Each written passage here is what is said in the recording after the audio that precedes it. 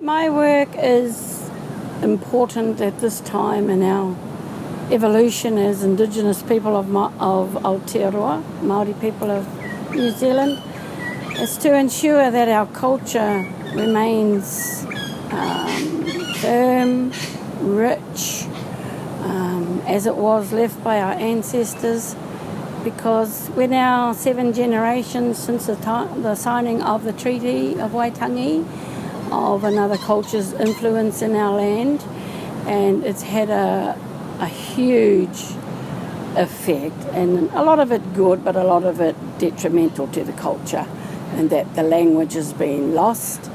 A lot of the traditions on the marae, which is our ritual ceremonial grounds where we practice our ceremony and bury our dead. The role of the woman is the voice of the kaikaranga. So her call opens the ceremony and closes it. A lot of those old teachings have gone. And the reasons why we do what we do have not been handed down. So today people are kind of just doing what you do and not really understanding why we're doing what we're doing. My work is to re-examine the role of women on the marae and to find out the depth of that part of the process. So that takes us right back through our history, right back through our stories, through our creation stories, through our genealogy, right back to the beginning of time for us as Māori.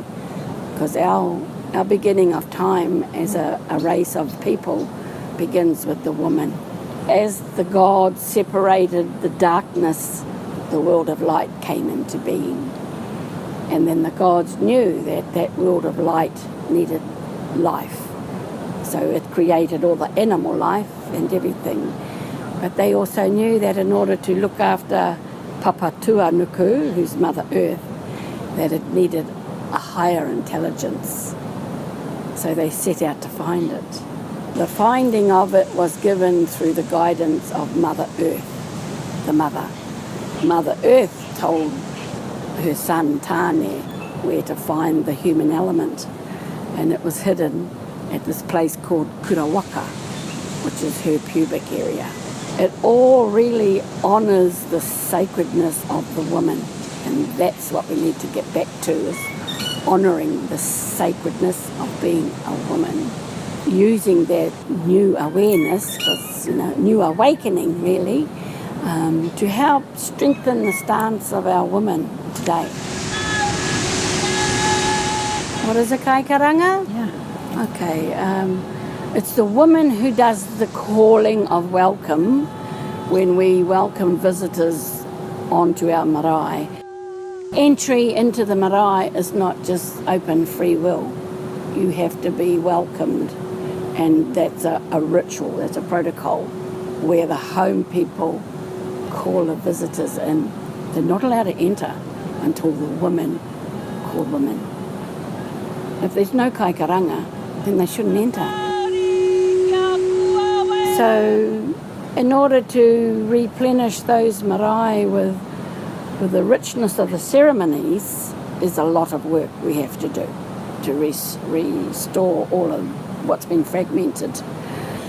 So now, last year I had a call from a niece and from an ex-student of mine who live here in Australia, and they're feeling like they don't belong anywhere.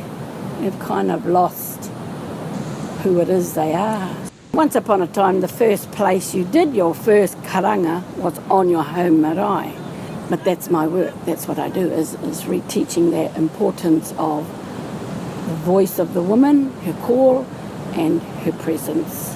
The workshop is introducing the woman to this voice. So this is a voice that resides within all women, no matter what nationality. But in Māoridom, it's the voice that resides in your womb. Not in your brain, not in your heart, but in your womb. And that's why it's the role of the woman to karanga. So I run a beginner's course for kai karanga, and that beginner's course is for women who want to know. They might not speak any Māori, they might not have ever done the karanga before, but they want to know. They're hungry, and those are the women that I want.